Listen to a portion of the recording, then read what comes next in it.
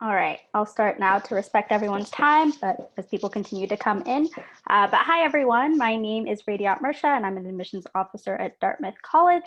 Welcome to the third webinar of our QuestBridge Summer Series, where we'll be talking with all of you about the range of experiences of students of color at predominantly white institutions, or PWIs, like Dartmouth. Through answering your guys' submitted questions, our phenomenal panelists will be talking about how their identity intersects with their experiences at Dartmouth, including their transition, finding community, finding and utilizing resources, how to navigate different challenges, and more. And I'm joined by my colleague, Stephen, and our panelists, Gabe, Amanda, and Melissa. And I'll let themselves introduce themselves now, and then we can get started with the questions. So Stephen, do you want to start? Yeah, good evening, everyone. Welcome and thanks for joining us for the panel this evening. My name's Stephen Abbott, and I'm Associate Director of Admissions here at Dartmouth. And I work on the Access team with Radiat, and I work a lot with QuestBridge applicants and QuestBridge scholars, have for quite a few years. And I work, most of my territory is actually in the American West, the Pacific Islands, Alaska, and those kinds of areas. And I also work predominantly with our Indigenous communities and programs and students. And I'm also the live-in advisor at our Native American house here on campus. So it's one of our living and learning communities. So welcome and thanks for being here. Awesome. And Amanda, do you want to start? And then we can go down the panelist line.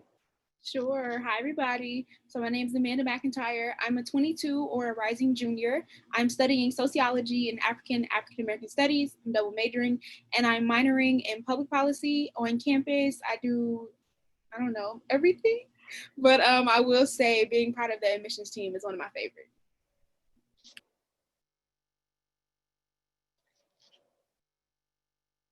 Melissa, you want to start? Go Sure, ahead. I can go next. Hi, everyone. My name is Melissa. I am from East Los Angeles, California. I'm also 22, so a rising junior, studying government and Spanish.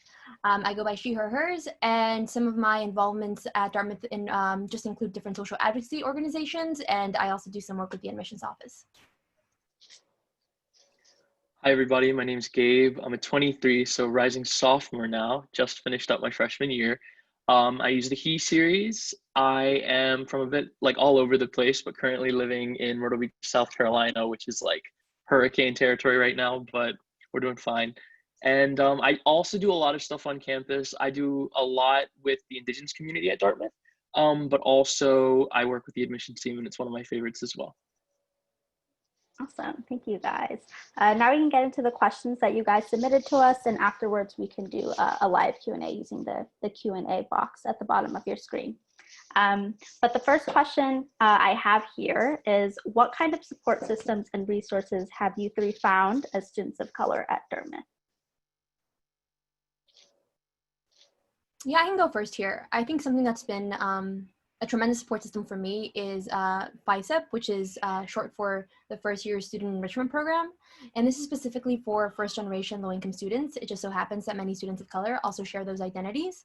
And so FISEP does a whole bunch of things, but they really kind of just orient first generation students who might not have any prior knowledge of how like post-secondary education functions. And they provide us with a really comprehensive orientation about Dartmouth and all of the resources that are available to students like us. And then additionally, they provide ongoing support throughout your entire time at Dartmouth. So this can be like via formal mentorship programs, as well as kind of just more fun and engaging events like dinners and whatnot. And so obviously we're doing those kind of virtually right now, but it still fosters the same sense of community among first-gen low-income students. So FISEP is definitely something that exists at Dartmouth that has helped me kind of just incredibly during my time there.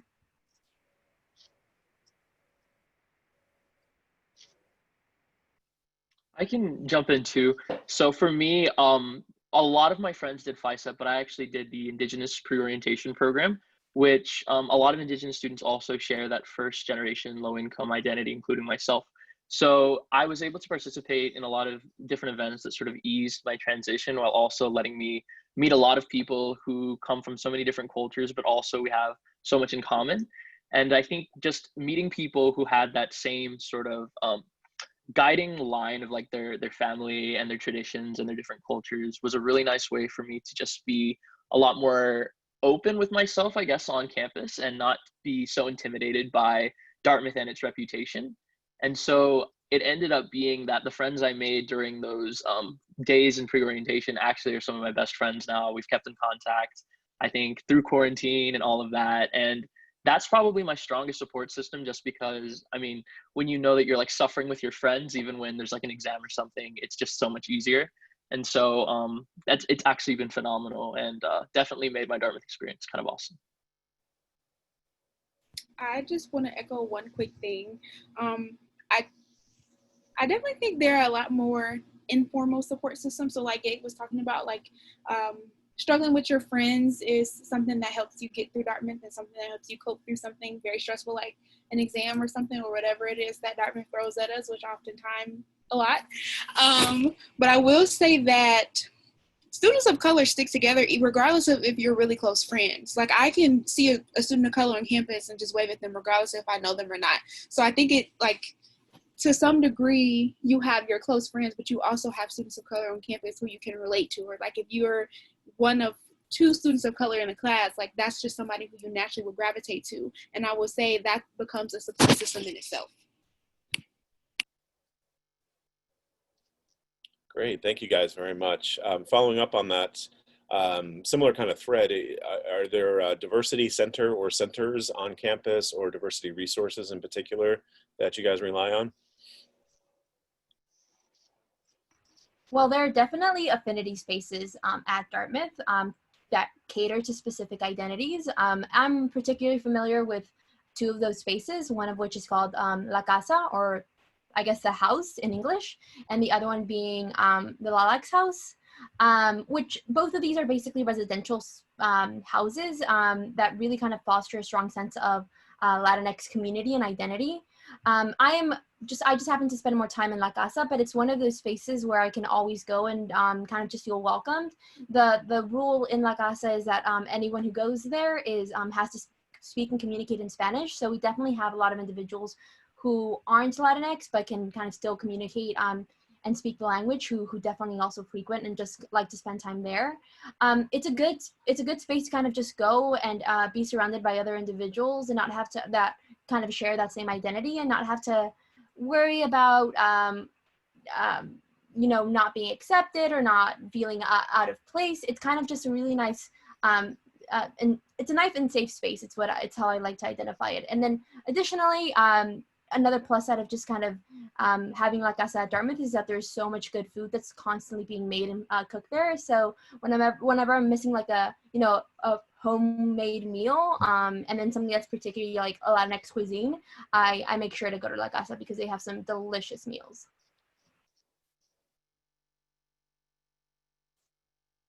One space that that comes to mind, so very similar to Melissa, we have like the Shabazz Center for Intellectual Inquiry, which is for self-identifying Black students. But I also think more broadly about OPAL, which stands for our Office of Pluralism and Leadership. I don't know what OPAL officially does, but they do everything. Like they offer like different mentoring programs, and it's just a good space, whether it be for studying or whether it be us visiting with the deans for advising. They also have deans who have drop-in hours, and they have a dean who's like on call and standby if something were to happen, or if there was an emergency like after hours over the weekend. And that's just a really good space to be in, simply because you can be yourself regardless of what that is, regardless of your race, regardless of your sexuality, but also because of the different programs that they put on. So for example, we had not last year, we didn't do much of anything last year because of COVID-19, but my freshman spring, we had Melanin Weekend, which was really nice. It was like the first time we'd ever had something like that. And that event, it was a host of events that was put on by OPAL, and we had like different water games and barbecues, and it was just very nice to see Black culture. So this is what OPAL is there for. They also have a ton of funding to do whatever it is you want to do. Like if you want to barbecue a hot dog, you can go to OPAL and they're like, okay, I'm going to give you 1,000 hot dogs for you and all of your friends, which is awesome. Awesome. We can go to the next question here, and you guys touched on this a little bit, but how do you go about finding community in meeting people from similar backgrounds? And conversely, how do you meet people from different backgrounds and cultures than you? I can sort of jump into this just to like, since I just went through this process, I'd say. Firstly was that through my trips program, through the trips program that like freshmen go to at Dartmouth, you sort of go into the woods for like a few days. And it's sort of a long held tradition, but I was able to meet a lot of people from like all over. I think half of my group was actually international students, and we didn't have our phones. So we're all just talking about like our lives and everything that's going on. So that was like my initial meeting people. But then through the Indigenous pre-orientation, I met a lot of people with similar backgrounds who could relate. And then honestly, Dartmouth is a very diverse place, I think, if you are a student of color. And sort of like what people have already said, there's this like unspoken sort of solidarity you feel with other students of color and other students from similar backgrounds, that when you see someone, you just like almost instantly become friends. And I was able to meet a lot of people through this sort of like meet one person, they introduced me to someone at lunch, and then I like hang out with them sometime and then meet like 10 more people. And it's sort of like a chain reaction. I think that you'll end up meeting so many people from so many different spaces almost accidentally, but I mean, I'd say it's impossible for it not to happen.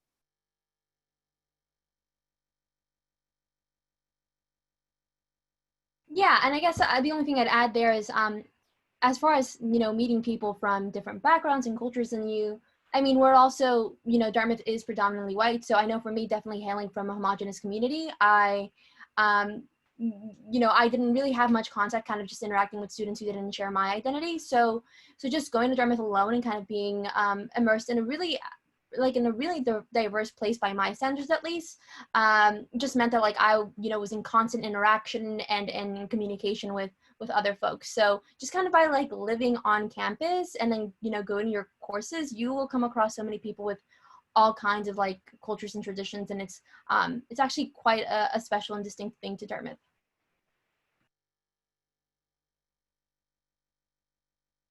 Great. Well, thank you guys.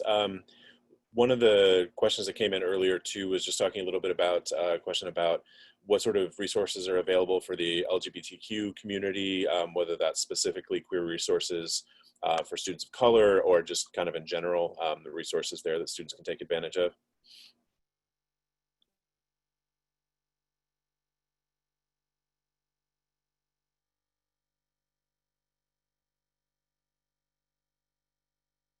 Well, I don't identify as LGBTQ plus, but I am aware of resources that exist, especially kind of provided by Opal. We also have kind of just like an LGBTQ plus entire like event, or excuse me, entire month of kind of programming as well. But we have advisors specific to the community there. So students who identify as LGBT plus, excuse me, can directly kind of access that and communicate with that dean should anything come up. I don't know if anyone else could speak at more more detail about this, but that's generally what I know that exists.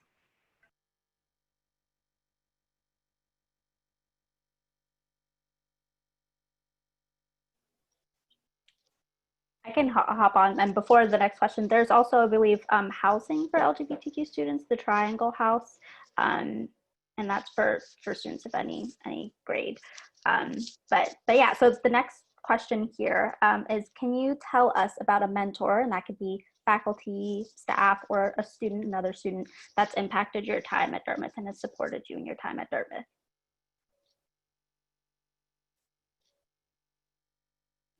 I can start. One of my favorite people is my undergraduate dean from my first year. That lady is she's absolutely awesome. We bonded, like we got really close very quickly, and I was very surprised because I'm usually very reserved, but I went in her office and like by our second meeting, I was already like kicking off my shoes, and I came in her office and just like we were on a first name basis. And she's a Black woman, and she's essentially the reason that I'm still at Dartmouth. When I first got there, I was like, okay, what am I doing here? Like, I know that I love this place, but I miss home. I miss my family. Like, what am I doing? I go from this big city. I'm from Chicago, and I go from Chicago to being a small Hanover, and then I'm like, well, what am I doing? Like, what's my true purpose? And I will say she definitely helped me find myself, and I was always there, and I knew for a fact who I was, and I knew for a fact Dartmouth is somewhere I wanted to be, and it's still somewhere I want to be right now, and I wish I could be there now. And just having that person there to just listen to me and also like help me help me help myself. And I say that because sometimes you have different mentors who will try to map it out for you. Nobody can do that, because at the end of the day, we're young adults.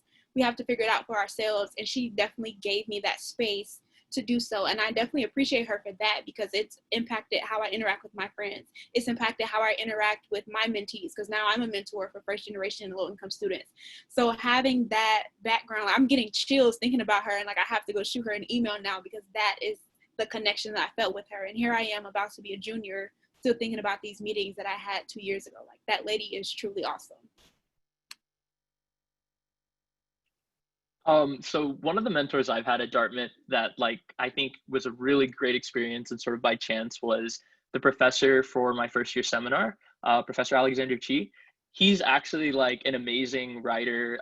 He's Korean American, and having his class, which was about basically the experience of displaced people. So that means like immigrants or refugees and sort of these backgrounds in literature. And so for one thing, everyone in that class was almost a person of color. So like I think like 90%, which is a statistic you'll barely ever have in a Dartmouth class. So that was kind of amazing.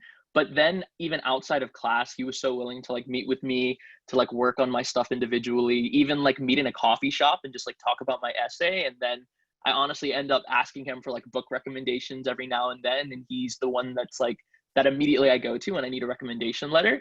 And I think that just sort of speaks to the fact that you'll meet a lot of, I think, faculty too that come from backgrounds like you and will understand where you're coming from. And honestly, just they're really there to help, I think. And that honestly, it's just a matter of reaching out. And it really, I mean, I'm going to take one of his classes hopefully in this fall, because I was so hooked and I'm just so excited. But that's just one of a bunch of professors that I've met that aren't white and are actually so helpful and understanding. And that's beyond the classroom. So it's like, even in my personal experience, just navigating college, it's kind of awesome, actually. Great. Thank you, guys. Melissa, did you want to mention anybody? Or I mean, just echo all of what they have said, that you will meet endless people who are so like willing and happy to help you. So yeah, that shouldn't be one of your concerns for sure. Great.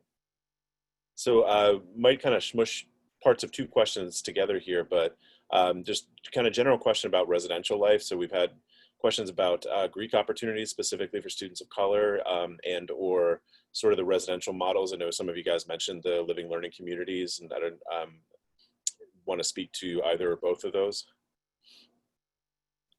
Sure, I can start. So I've done both. I lived in the living learning community my freshman year, and I lived in technically I lived in two, because I was always at both. I will say, being a student of color and having these different spaces where you can go and have everybody who can relate to you in some way, whether they identified as Black or whether they just wanted to be in the space and were like interested in Black culture and just wanted to further educate themselves, that in itself will always be my safe space. When I think about Shabazz, which is one of the living learning communities, that's always a safe place for me, and it always will be, whether it's now or whether it's in 20 years and I come back for my 20-year reunion, if they even have that, I don't know, but I'm going to be there anyway. So things like that definitely will make you more comfortable. Also, I can touch on the Greek life bit. I am in a Black sorority, and we have our own apartment, which is kind of cool, because you can be with people who understand exactly what it is that you're going through, like navigating Dartmouth as a student of color, but mostly as a Black woman, and specifically as a Black woman, having other Black women who know exactly what it is that you're going through, who you can just like roll out in the living room and cry with if you want to, or if you got a bad test back, you can be with them, or even if you just want to, I don't know, be happy or watch Netflix or do whatever. Like, these are spaces that are designated for you, and that is something that is unmatched. Yeah, I guess I have different experience when it comes to Greek life. I am not affiliated, and I guess I could speak a little to that. While it is true that the majority of eligible students at Dartmouth do choose to rush and are affiliated, I didn't necessarily feel compelled. Like, when the whole process came around, I didn't feel like any inclination or urge to really kind of participate in the process. All of that being said, like, I have a lot of friends, students of color, who are affiliated in one house or the other. But I personally have found that I had already kind of had established communities, I didn't feel the need to like join another one. And I think something that's unique to Dartmouth is that first year students can't rush and they can't affiliate. And I think that really kind of like encourages students to find like a community of people outside of Greek life, which I'm a big proponent and advocate for. And for that reason, when the process came around, I had already found my people, and there was really no need for me to rush. Yeah, so I wasn't able to rush during my first year, and I've sort of been going back and forth about rushing, but I found that, like, at least in my experience, I did not interact with the Greek scene on campus while I was there nearly as much as a lot of people. A lot of my friends, we didn't interact with it as much. We found a lot of community outside of those spaces. And I actually didn't end up even, I think, stepping into a Greek house for like my first, I want to say like 15 weeks on campus, which is like 1.5 terms. You'll find a lot of community outside of it, but also as sort of a student that doesn't come from, I mean, my parents didn't do Greek life, they didn't go to college, but like Greek life is sort of this alien thing to me. But I think even with the Greek life that is on campus, I don't feel very like intimidated by it. I just don't see the need to be involved with it, which is why I've sort of been going back and forth, but it's not terrifying to me anymore, especially when you're on campus, I think, and you like understand what it is more, that it isn't that scary. And I would rush maybe in the future. I just don't feel the need right now because of how much great community I found outside of that space.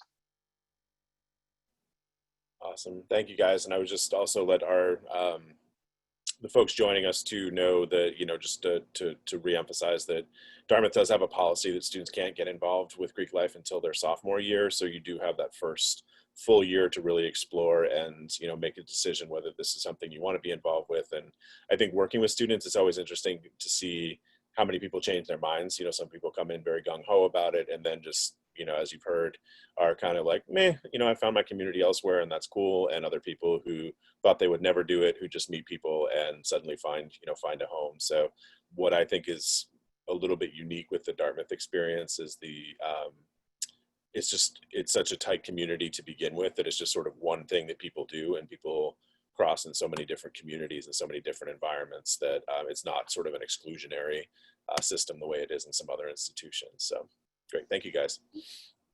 Yeah, and just to add on to that, if you are eligible for financial aid, or if you're a financial aid recipient, Dartmouth will cover the fees and dues associated with rushing in a fraternity or sorority. So that makes it a little bit more accessible to the entire Dartmouth community. So yeah, great. Thank you, guys. So the next question is a little bit about the transition to Dartmouth. So was your transition from your hometown to Dartmouth difficult? And if so, what about the school made it easier to adjust?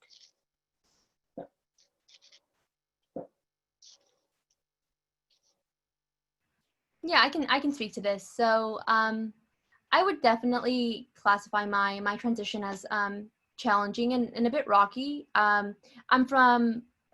mentioned that I'm from LA, so a huge urban city, which is just so radically different from the setting at Dartmouth.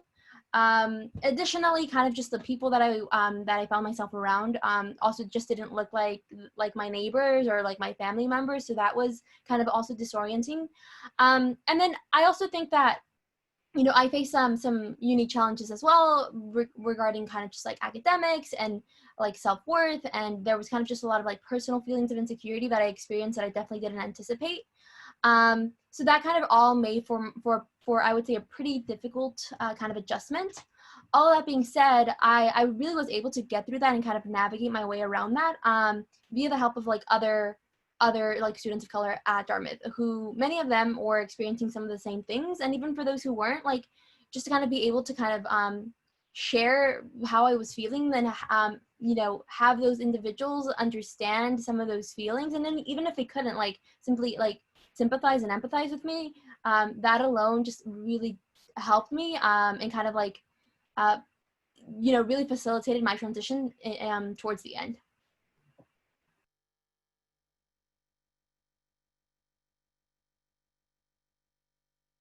So personally for me, I had a lot of experience moving around and going to a lot of different schools. So I was sort of used to the aspect of like a predominantly white institution, in that my high school was sort of not, it was sort of 50-50.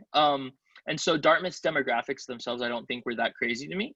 But definitely there is a lot to be said about the socioeconomic differences. So my high school, I mean, it was a public high school, it was underfunded, very different from Dartmouth. And the people that were at my school sort of looked like me. There were some like Asian students, but actually not as many Asian students as there are at Dartmouth, which was sort of a welcome change. It was kind of nice. But it was definitely, I think the adjustment was a lot easier because of the people that I chose to have around me. And so the social circles that I entered and the friends that I made and the connections that I helped foster, those were all like, I think amazing choices on my part just to be acclimated.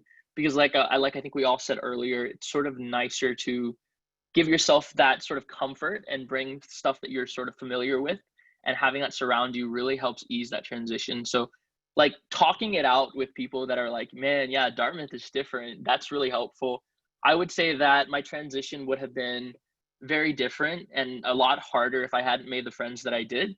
And just, I think, especially going to sort of these affinity organizations with people that, you know, share your background, understand what it's like to be first generation low income or a POC, that all will be extremely helpful just because you're able to like sort of vent to them and them vent to you. And then when you understand that like college is actually a transition, I think for everyone, no matter what college you're going to, that it's really helpful. And honestly, I think that was key for me. Gabe, you bring up a very interesting point, and this point is like quick.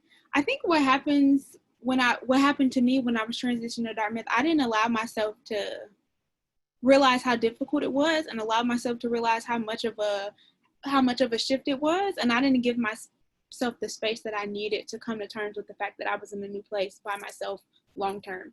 And like eventually I got over it, and eventually I was able to cope with it, and it happened very quickly. Like Gabe and Melissa both said, like having people who like talking it out definitely helps, and admitting that, but you have to admit to yourself that it's something different and that it's something hard, because it's not easy. But it's not easy to go to college. It's not easy. Like it's very difficult to do, and that comes with the territory. And it's also important that you figure out what it is that you need to thrive, because this is a decision that you make. I do not regret that decision at all. You have to make sure that you can find comfort in yourself, knowing that you have to be here for 2.5, close to 3 months, or you have to, sometimes you're not even able to go back home, or like, you just never know what's going to happen. So like that becomes your home. In a way that I think about it now, like home is not where I was, but it's about where I am. So you can make your home wherever that is, whether that's bringing something from your permanent home, or like bringing a tapestry, or bringing photos of your family. Like you have to do what you can to make yourself comfortable, because this is a long-term situation. Great, thank you guys. And I think both of you actually just perfectly set up our next question. And so it's a question about imposter syndrome and whether that's something that you've struggled with. How did you deal with it? For the folks tuning in, most of you are probably familiar with the phrase, but imposter syndrome usually kind of refers to the idea that everyone else around you seems to know more than you do, and that what am I doing here? Do I really belong here? Am I the mistake that the admissions committee made? All that kind of stuff. And just that self-doubt that can come from the sense that others around you know more than you do. So I don't know if that's stuff that you dealt with. If it is, if there's anything you want to speak about, I think you guys have already started to address this a little bit, but anything you want to pick up on with that?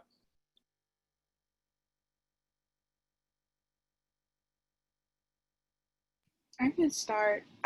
Imposter syndrome, it's all mental, but it's there. That's another one of the things that you just have to admit to yourself, because it will happen at some point. I got over it very quickly. So when I first got to Dartmouth, I realized not a lot of people sounded like me. I'm from Chicago, but I sound very Southern, and I have family from the South, and I just can't help that. So often when I was speaking classes, I would kind of just feel out of place. And I remember like I would leave classes like calling my friends, crying like, oh my gosh, nobody sounds like me, and they're going to think I'm dumb, and they're going to think I'm stupid. And then I would call my mom, and she was like, girl, do you know where you come from? Like, do you know how hard you work to be in these same spaces that other people are in? And like, do you know what you've done to be here? Like, you've had to take a million steps to get the same distance in there too. So when I think about things like that, I'm like, you're right. Like, I'm just as qualified. Like, admissions, they don't make mistakes. The the acceptance rate keeps getting lower and lower. I think for my class year it was 8.7. Have no idea what it was for the 24s, but I imagine it's even lower than that. So Dartmouth they do not make mistakes. The admissions team, they're awesome. They comb through every application very carefully. They don't make mistakes. So once you get in, getting in is the easy part. And getting there and being there and knowing that you should be there is also the easy part, because you're going to deal with enough challenges in itself that you don't need to doubt yourself, because you'll have other people who are already trying to doubt you. But I promise you, like, you work hard for a reason. You've gotten there for a reason. Like, that's your reward, and you should just do you and be you, because you're going to excel regardless if you have the confidence within yourself.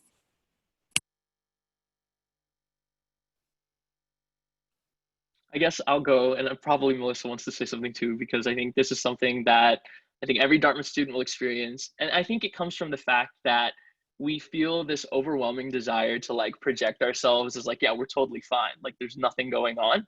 And everyone I think to a very large degree, everyone's guilty of that to some extent. And that makes it feel sometimes like, oh my gosh, like this is hard. I don't know how everyone else is just coasting through it. But in reality, I think it's important to recognize that we're all dealing with like that feeling, just because, you know, if you come to a place at Dartmouth, everyone is like exceptional and amazing in so many different ways. And I think it's really easy to like forget about your own sort of skills and talents and passions, and like reminding yourself about who you are and where you come from, just like Amanda said, is like so important. And we actually, so many nights I end up just having this like conversation with like one friend or like a small group, and we're like just talking about that. Like additionally though, I think something we also talk about is like your achievements and your accomplishments stand on their own. They don't need validation from the people around you, and just recognizing that what you do is amazing regardless of how people think about it is so important. And that just coming to a place like Dartmouth is such an achievement. You're coming from a place that, like, especially if you're not a white person and you're a person of color, like this institution historically was not for you. It's such an achievement and such a testament to your own sort of amazingness that you come to a place like here. And honestly, like, again, that feeling is sort of, I think everyone will go through with that. And the best way to deal with that, in my experience, is to just talk with your friends and remind yourself like who you are and where you come from, because no one can take that away from you. Yeah, I think Amanda and Gabe have kind of said it all. I think the only thing that I would want to add is that, you know, like feelings of imposter syndrome are definitely, I would say, kind of like felt among all of the Dartmouth student population. The feeling is kind of inevitable. And I guess here the only thing that that I would advise is that, like, as a student of color, particularly as someone who went to a pretty like poorly funded public school, I kind of was definitely kind of just doubtful of like my ability to kind of compete academically. And I mean, I say compete academically, but really like Dartmouth is the most collaborative space. So like, I mean, kind of just like be at the same level as that of my peers. And I would want to say that like those challenges definitely might arise, but I think it's not so much kind of just like it's not the likelihood that you'll like face those challenges. It's more so kind of just like how you respond to them that really defines your Dartmouth experience. And the way I always like to think about it is that, like, you know, growing up and here at home in my community, I faced so much adversity. The only and I mean, I still kind of continue to face that similar sense of adversity at Dartmouth. The only difference is that at Dartmouth, there are truly like an endless amount of resources that I can utilize to kind of address those issues or those problems. And there's like just so much kind of guidance that's available to me to be able to like succeed and you know, progress through my time at Dartmouth in a way that I find successful. So there's you know, to the extent that like you'll experience these feelings, I mean, I'd like to say that like it's almost kind of assured, but like rest assured that there's like so much help and like just like endless support for you and for students at Dartmouth to kind of deal with that. Awesome, thank you guys. And the last question that was submitted to us, then we'll go into the live Q&A, is how is Dartmouth addressing issues of institutional racism in its own systems? And you can feel free to mention like how the institution is responding to instances of racism, but also informal ways that they address those issues through different organizations or whatever. I think something that I can speak to, just because I'm pretty familiar with it, is the overall government department at Dartmouth. So I am a government major, and I mean, just in the 2 years that I've been there, I've seen quite a rise in kind of just a number of faculty of color, which in itself is like so reassuring. Like, the government department is definitely a pretty wide space, and I'd say it's more wide than some of the other kind of departments at Dartmouth, but the school really has made an initiative to kind of diversify the space. So just the amount of professors of color that I see now, it's just so reassuring, and it makes me hopeful that, since I've just seen so much progress in these past 2 years that I've been there, that rate of progress will only continue and will only kind of like multiply, and the space itself will be one kind of defined by diversity and inclusivity in the years to come. I'm going to speak a bit about the second part of the question, like what has Dartmouth done with like racist acts in our school. Dartmouth has like a very zero tolerance policy. It's just like let me get my words straight here. As soon as something like that comes to light, it's just like, oh no, absolutely not. I'm not sure about disciplinary actions, just because sometimes when things happen, it's kind of hard to pinpoint who it is. And if it's a broader group, then like the president's office would just issue like a broad address. But I will say Dartmouth supports students in whatever it is that we need, but that also comes from us being vocal. Like I remember President Hanlon released this message, this email or address or whatever you want to call it. He was basically like, racism does not exist on Dartmouth campus. I was like, that's wrong. Start there. But I will say that I don't feel unsafe. And then like once students had been in communication with him, like letting him know like about what it is that we go through, he essentially reissued an address, and he was just apologizing and just trying to fix what it is. And I think it comes from us being vocal, because sometimes as students of color, we deal with so much. Like we deal with many microaggressions, and we deal with all these different things that we sometimes just become numb to them. And I think it comes from us being vocal to get that support, because people can only support you if they know what it is that's going on. So anytime we've reported anything to our Dartmouth administration, they've been very adamant about fixing the issue and issuing addresses to campus, letting them know, hey, this is a safe space for anybody, regardless of your race or ethnicity. I can sort of add to the fact that I think having so many POC professors has really been a nice thing. And just that experience is something that I didn't get to have in my high school.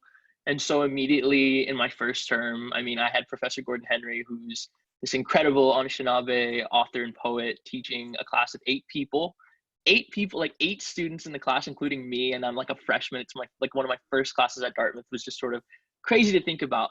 But having a POC professor like from the get-go was sort of like, wow, that's different already. And then immediately next term, having Professor Chi, who's Korean American, was just, that sort of speaks to the fact that I think Dartmouth does seek to provide a lot of like professors that can speak to their subject matter on a level that isn't purely academic, so that actually comes from their culture. And I mean, I can talk to the Native American Studies department, which I've taken a bunch of classes in now. Many, I think an overwhelming majority, if not all of the professors there are Indigenous, and just having them speak in sort of personal terms, like using the language like we, being able to say we when talking about course material, I think goes to speak for a lot of just addressing sort of this inequality that I think and inequity present in sort of academia. So having that experience is an amazing thing. And on an institutional level, it does, I think, a good job and is continually doing better. I went to I think it was a guest speaker who, this was a conference on the classics department. And classics, I think, is one of the most white departments, I'd say, just by virtue of who has access to like learning about the classics. And so having a speaker talk about diversifying the classics and exposing a lot of the sort of racist rhetoric present in the classics and what can be done to make classics not so whitewashed, I'd say, was that was a great conference, and I think a very fresh perspective. And it shows, I think, that Dartmouth and its academic departments are willing to have those discussions, which also I think is a really, really good thing. Thank you guys very much for that. And thanks to everybody who's been submitting questions. I know people have been typing some answers to questions as they've been coming along, and we may pull a few of those back out for the panel too. But one question that came in, I think is a really good one, just given where you guys are right now and where our audience is right now, is there one piece of advice that you have based on what you know now that you would share with people who are kind of in the early stages of their applications and thinking about the college process?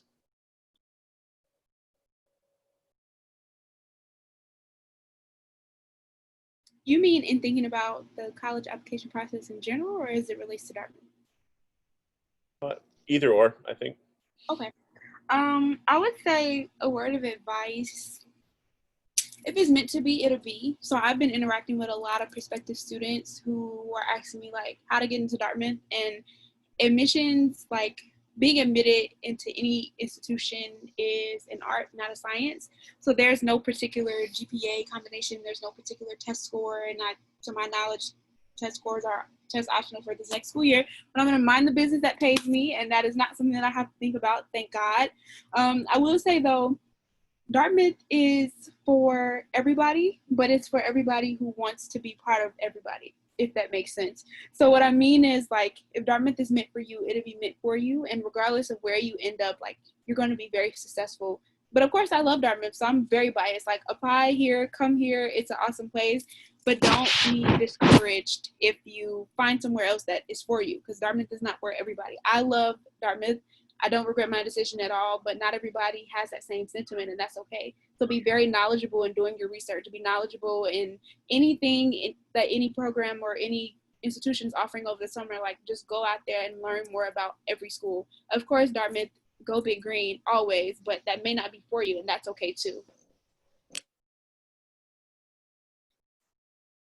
Yeah, I would just encourage students to really like approach this process, and especially when looking into schools, doing so holistically.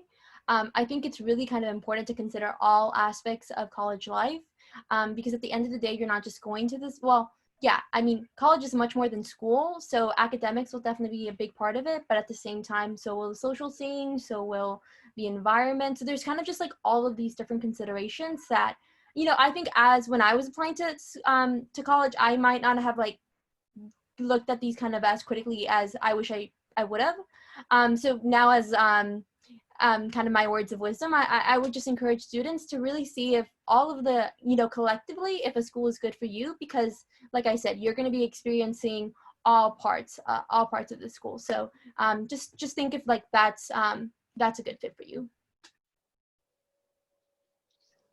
I would say one of probably the best pieces of advice I can give is that you should really try to reach out to current students that sort of mirror what you would like to do or what you currently plan on doing.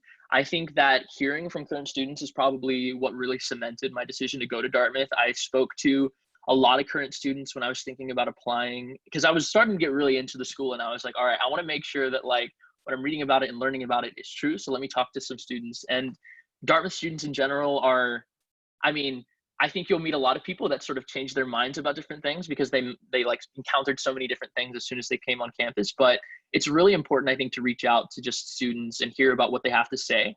If I had like, I think if I'd reached out to students earlier, I would have just been able to learn about so much more and been so much more hype about applying and less anxious, just because having those questions and asking students who've like lived through everything is just, that's like the best way. And I remember asking, I would ask students, I was like, I know a lot about like the good things on campus. Tell me about like what's like the worst thing at Dartmouth? And I would ask current students that question.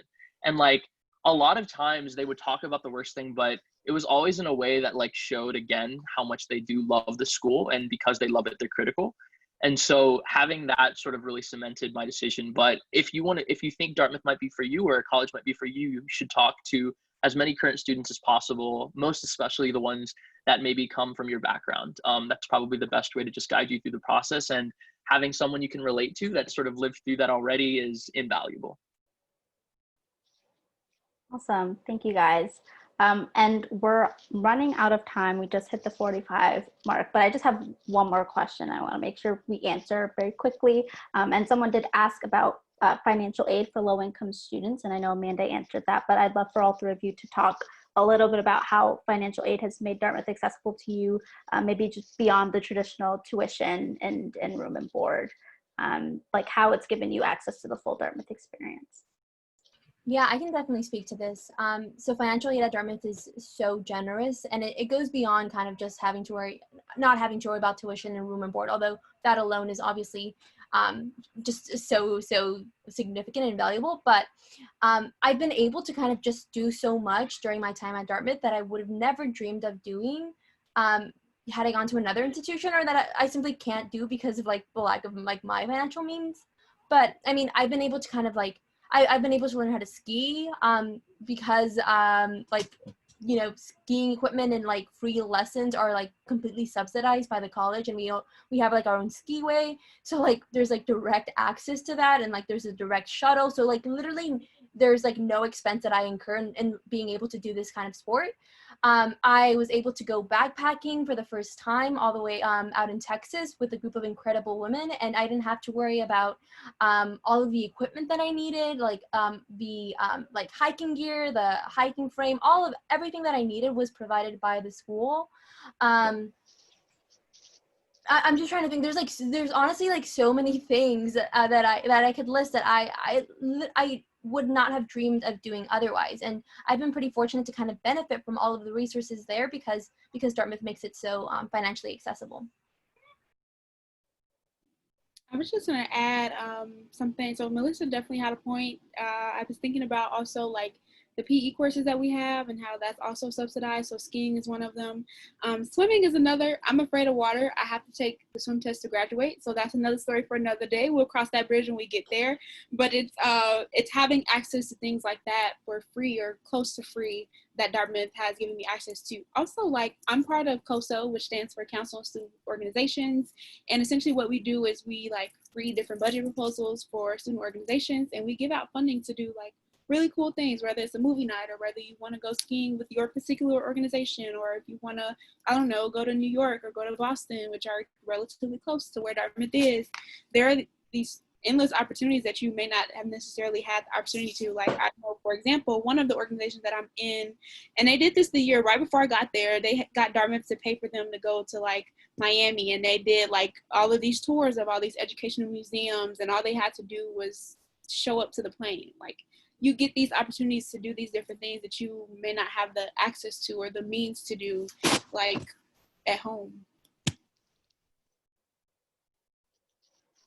I can sort of just echo, outside of tuition and room and board, which sort of made my going to college possible, being able to like take part in a lot of these events that would otherwise be totally impossible. For example, like, I'm a member of the DOC, which I was able to do at a really discounted rate, I think, because of financial aid.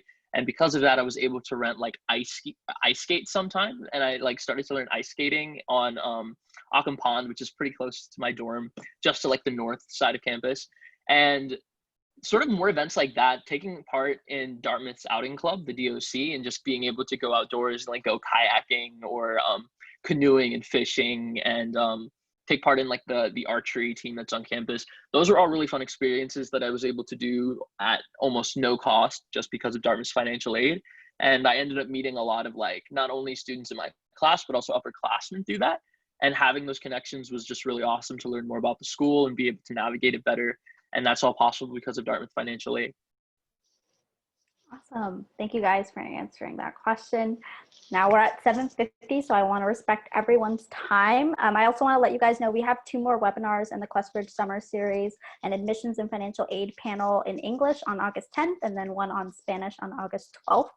So check your email for information about that and tune in if you're interested. And you can also watch the past webinars from this series on our website. We did one on College Fit and another one specifically for first-generation students and support that's offered to them on Dartmouth's campus. And lastly, you can sign up for virtual info sessions, campus tours. We also have a blog called People, Places, Pines. Gabe is one of our bloggers. And we also have a podcast run by our dean, Dean Coffin, about the college application process. It's called The Search. So check it out if you're interested in that. But yeah, thanks to all of our panelists for answering our questions. Thank you to Stephen for helping me host this panel. And thanks to all of you guys for tuning in. And enjoy the rest of your summers. And I hope that we'll get to see you guys again soon. Great. Bye, everyone.